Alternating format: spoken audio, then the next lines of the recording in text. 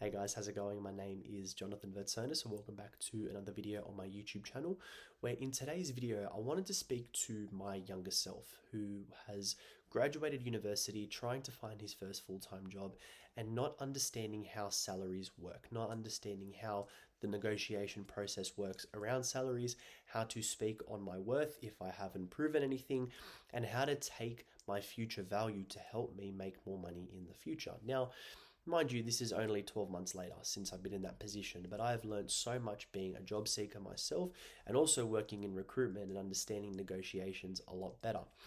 And obviously, look, there's a lot of information out there in regards to contract negotiation, so I'm not going to shove it all into one video. But I wanted to talk about a couple of principles that I think is going to be helpful to a lot of you guys who are in university trying to find your first full-time jobs and trying to understand exactly where you fit on a scale in trying to talk about how much money you want versus how much you're worth and how to actually demonstrate that value down the track. So I'm going to kind of break this down into two parts in this video. And the first part of the video is, what do you even say when you are in a screening call or a job interview? Because it is so easy, guys, okay, from a recruiter's point of view, to push away a candidate straight off the bat from the recruitment process from a simple of a screening call if the salary expectation is too high or too low, okay? And I'll break that down in two ways, okay? So if the expectation is too high, obviously not going to be in budget, okay? If I'm working on a job where the client is saying that the pay is going to be between, let's say, 70 to 90K, and someone's coming in asking for $110,000, unless they are an exceptional candidate, which again, I can still push for it, but ultimately, if that's all I've got to show to the company is somebody who's 20K above their budget, potentially even 40K above their budget, it's not going to work, okay? It's not going to be something that they're going to want to work with, okay? And it's not going to be a good look on my end either. So straight off the bat, if you're asking for too high, you're going to be out of the budget, and particularly more difficult from the recruiter's point of view because they don't control the budgets. So 9 times out of 10, they're going to just take that conservative approach and just reject you straight off the bat to save them that next step in the process. The other end of the scale is if you request too low, they start to think, okay, maybe they're a lower quality candidate. Maybe they don't have anything to prove for themselves. Why are they requesting such low pay? What is it about them? What's the shtick here? Why are they wanting, say, 50K? Why are they wanting 60K? They're obviously not good enough, and they start having all these doubts about the candidate and they just push you away. So it's a hard bargain, the pay. It's a big problem, I would say, and it's something that there's no right answer to it. You could ask 10 recruiters, you could ask 10 of the best sports agents, you could ask 10 of the best of anything that deal with contracts, and they'll have 10 different approaches to pay, okay? But I think the best thing to think about with your pay, to start off with from this perspective as a junior, when you've got nothing to show for it, I think the best thing to do is to do thorough research first things first and just get a really good thorough understanding on what an average pay range is, okay? Easiest way to do this is find 10 jobs that are of interest to you, that you qualify for, that you are applying for actively. Look at the average salary range and try to find an appropriate middle point there, okay? Typically speaking, let's just say hypothetically in your industry, they're looking at an average between 60 to 70K, okay? The most safest thing that you can do, the smartest move on the chessboard in this position is when on the screening call and the recruiter, they ask you how much you're looking for, 65K. Or if you want to be even more conservative, 64 to 66K, okay? That's the most safest advice I can ever give you as a recruiter, is just do that, okay? If you say too low, you run the risk of being pushed away. You say too high, you run the risk of being pushed away, okay? And I promise you another thing, recruiters remember the smallest of things. So because obviously, as a recruiter, like, you are dealing with hundreds of different types of candidates, okay? When the recruiters talk in the circle and they do their meetings and they talk about who's good and who's not, we've got 100 people to pick from, or we've got 10 people to pick from, what are the advantages? What are the disadvantages? Very, very quickly, they're going to go, oh, James, no, he wants too much money. Forget about him. Okay? Or James, no, he'll want too much money compared to what this company can offer. And that type of stuff stings, because then what you do is when you ask for too much money, you end up ruling yourself out of a lot of other opportunities. Okay? So You don't want to do that, because what happens is, as well, is when you speak with recruiters, they have a lot of connections. So you may apply for one job in May, and let's say in September, another opportunity will come through, and they'll think, you know what, we had a really good candidate a few months ago. Let's get back in touch with him.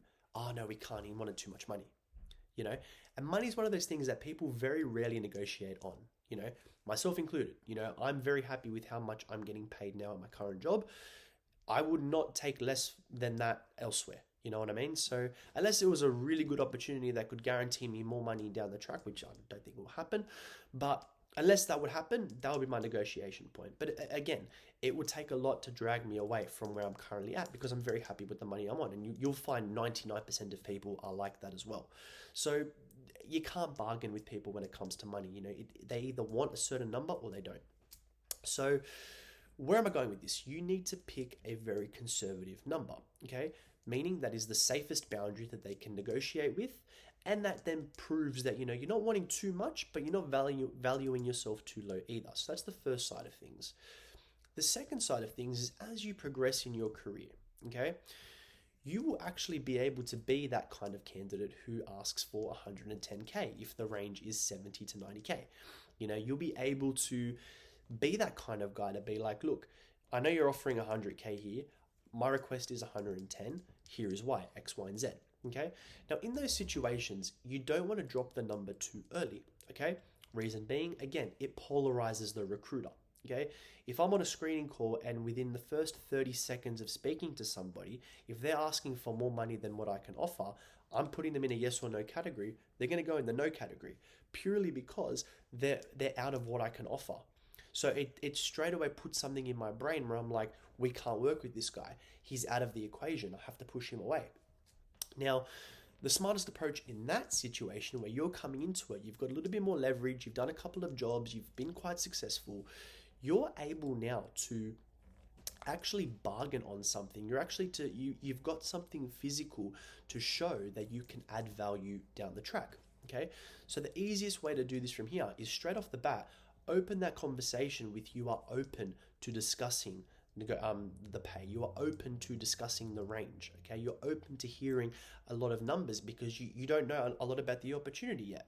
You know, it's a big move. It's a very ballsy move on the chessboard to just drop a number on a job with just reading a job description. You know what I mean? You need to have a thorough conversation on the screening call. You need to go through that first interview, second interview. You need to really understand the project that you're getting yourself into to then see if that alignment is there from your end, that you can, one, be the solution to their problems, but two, confident enough to know that your solutions are not only going to fix their problems, but benefit them as well. You know what I mean? You don't want to come in, when you enter a job, okay, the company is here, you start here. Okay, everyone thinks you start here at a company. Reality, you start down here. Okay, purely because you haven't proven anything. So what happens is that usually that first 3 to 6 months, you get to here where you meet the expectation. Okay, so when you read the job description and they're looking for somebody who can do A, B, and C, you've met that. Okay, then you need those things of A, B, and C to actually result in something, which is the reason why they were hiring in the first place. And that's where you there get to there. Okay, so then if you get to that period, if you get to that level, that's where you're then able to you're able to talk about how much you are actually worth. You're able to show proof of what that success is. So you need to get to that level, okay? And the easiest way to do this when you're trying to work out what's actually going on is ask those questions as early as possible to see what they're truly looking for, okay? Now, the easiest way that you are going to be able to discuss your salary, okay, when you're going in for a job interview, is you need to work out how much these things are going to cost them, okay? So again, straight off the bat, if you're saying you want 110K instead of the 100K budget, you're going to be they're going to think, you're either, just wanting too much or arrogant, crazy, or whatever it is, all right, whatever. But if you actually have, 3-4 stages worth of conversations now, you've spoken for hours now, you actually understand their project, they understand what you're good at, they understand that you can provide solutions to their problems, and then you can actually start to picture yourself performing and proceeding and exceeding those expectations. You can start to then paint a picture of how much these problems are actually going to be worth and how much these solutions are actually going to be worth. So you can actually then start to budget, or you can actually start to, negotiate on more grounds. If you come in and you say, I want 100K because I'm really hardworking, okay, amazing. But if you then come in and say, okay, your biggest problem is that you guys, let's say from a recruiting perspective, let's just use me as an example. It's the easiest way for me to kind of get my points across. If I say in an interview, okay, you guys are struggling at the moment with your recruitment process because you don't have enough candidates because you guys suck at networking. I'm fantastic at networking. I'll bring in 5, 10, 15 new candidates every single month, okay?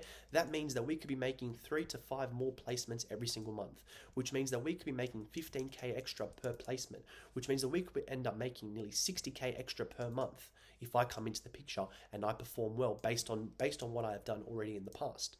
Suddenly, you're now bringing in an extra 60K, which then turns into 120K after 2 months, which then, continues on after that.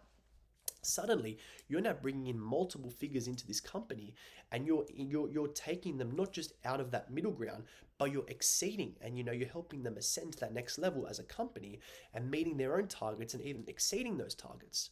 So now all of a sudden, you've now proven all of these different things. Or let's say, you're supporting the boss on a couple of projects, and for a fact that if you are not there, he then has to do double work. He then has to maybe drop 1 or 2 projects. Those projects could be worth 15, 20K each, okay? Suddenly, you're not just making extra money, you're saving this person's money as well, okay? So at the end of the day, you need to now be budgeting and you not budgeting, you need to now be negotiating from that perspective based on your value. Suddenly, when you're bringing in an extra 30, 50, 60K per month or per quarter, based on your skills and based on what you're adding to the company, you could even be working multiple roles, okay? Think about it. If you're doing 2 jobs at once, how much is it going to cost for them to go through another negotiation process to replace you if you were to leave? How much would it cost them to pay that next person's salary, plus their onboarding, plus everything else? Could be hundreds of thousands of dollars. Suddenly, you now coming into the picture and saying, I want an extra 10 grand, doesn't sound too bad. So it's about trying to work out that leverage, trying to work out exactly where you stand on the podium, and being able to then discuss that value and put numbers to your value. Okay, that's the easiest and best negotiation advice I've ever been given. And it's the best way that I guess you guys can kind of take that on board as well throughout your careers. Now, this is not a step-by-step guide, okay? I can make another video on that, kind of talking and breaking it down, step-by-step, what to say per negotiation, per interview and per sentence and everything like that. We can go through all of that one day. That's fine. But in essence, that's what you need to be thinking about in interviews, is don't speak on your past experience because it's irrelevant. If you want to talk about your past experience, your company should have given you a bonus or a performance bonus for that point. Okay, you're speaking on your future value and how much that value is worth, and where that value then transcends into your account. Okay, and that's the easiest way that you're going to be able to make more money throughout your career and help yourself in your career with your negotiation processes when you're trying to find a new job, but also trying to get that new contract at your current company, that new pay raise and things along these lines. Is don't just talk about how great you are in the past. Try to really ask the questions on what are the biggest pain points in the company right now, and see, based on your skills, if you are able to do these things, if you're able to add that presence, how much those solutions are worth. Therefore, how much, when you start adding numbers to everything, you then asking for that extra 5, 10K doesn't sound as crazy, So these are just some things to think about. Again, guys, this is not a full step-by-step guide. This is not something that, you have to take it word for word, bar for bar, everything like that. I'm not saying that at all, okay? But these are just ways that I think you need to be thinking about your contract negotiation process down the track. And also just when you're going in for interviews, talking about salary expectations in general, is just to kind of think about money and think about your salary like this moving forward, and speaking on your value, not just on your preference, okay? I hope you guys got some value from this video. If you guys want to download my free guide below, please feel free to do so. And if you'd like to work with me on a one-to-one level, feel free to connect as well on my LinkedIn. I appreciate it, guys, for your time. Thank you guys so much for watching. Again, I really hope you guys found this useful. Again, particularly for my grads, do not be too overwhelmed by all this information, especially even if you're like 30 years old. Do not be overwhelmed by all this information. Just watch it, absorb it, think about it, and use it throughout your career, just to help. This video was not more so to kind of give you like a step-by-step guide. It was just more so to kind of share the principles that I've learned over the last year as well. And yeah, I look forward to seeing you guys in the next video. So thank you. See you guys next time.